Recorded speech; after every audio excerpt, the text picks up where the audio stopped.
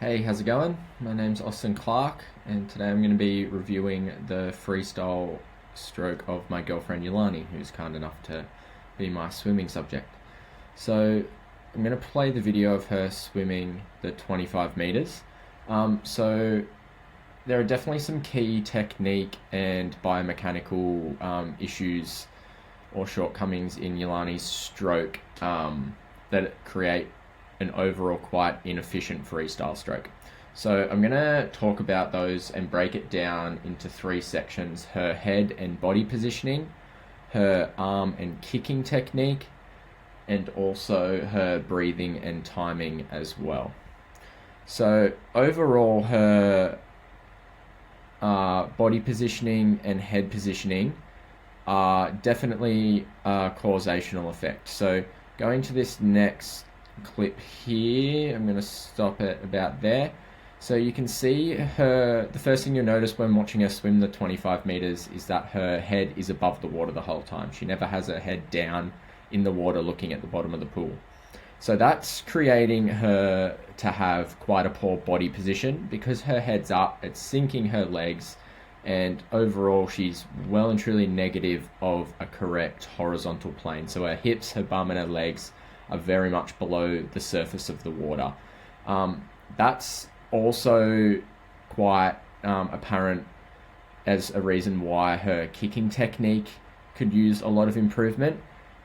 It has a big implication, her head and body positioning, on her kicking, because to make up for this, because her legs are so far down, that she's trying to do these really long stroke aggressive kicks to try and prop her backside, her spine and her legs up to get back on a horizontal plane. So that's definitely the causation of her poor body alignment. As far as her arm positioning goes, she does have quite a good and sound arm positioning. So where I'm going to skip to this above footage. So looking at that, I'm going to let that play. If you look at her hand, she does enter the water. She catches the water at a nice 11 o'clock on the clock face, and she does create a nice smooth flowing S down along during her pull part of the stroke. So I'm going to play that. So she does have a nice S shape. However, there is a bit of a limitation as far as her arm technique. Going back to this, is underwater when her arms pull, they're pulling very straight. She's keeping a fairly straight arm. And what she wants to do is keep a bent arm.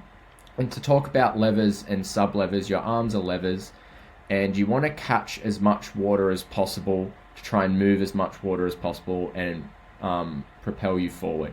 So if she were to bend her arm during that pull motion while her arm's underwater, more water would catch in the forearm to her fingertips. She'd be able to move more water, and she'd definitely have a more efficient freestyle stroke if she did that.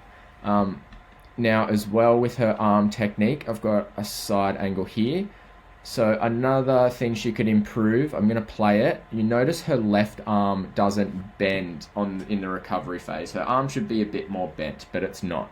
Interestingly enough, her left arm doesn't do this, but her right arm does. So I'm going to play it now. It should kick in. See how her left arm very much stays relatively straight and goes around, but her right arm does bend at the elbow and sort of point down at the water to a point. So that's definitely another inefficiency in her stroke as well. And lastly, to talk about her breathing and timing. So the full sequence of her freestyle stroke overall isn't too bad. As far as her arms go, she does catch the water with one hand as the other arm is starting to come out of the water for that recovery phase. So that is synced up and timed quite nicely. However, because of her overall body position and her head being out of the water, it is creating a few timing issues where she's not technically following the correct sequence of the freestyle stroke. As far as her breathing goes as well, because she has her head above the water the whole time, she's obviously doesn't have her head down breathing, and that has an effect on the way back. If I skip to the way back on the pool, you can see she veers offline. And part of looking down and having your head in the water as well, she can look at the line, look at the bottom of the pool, and she can stay on line as well. And she's also because of this, creating quite a lot of body roll because the sequence of everything isn't right, and because her body positioning is so negative of that horizontal plane.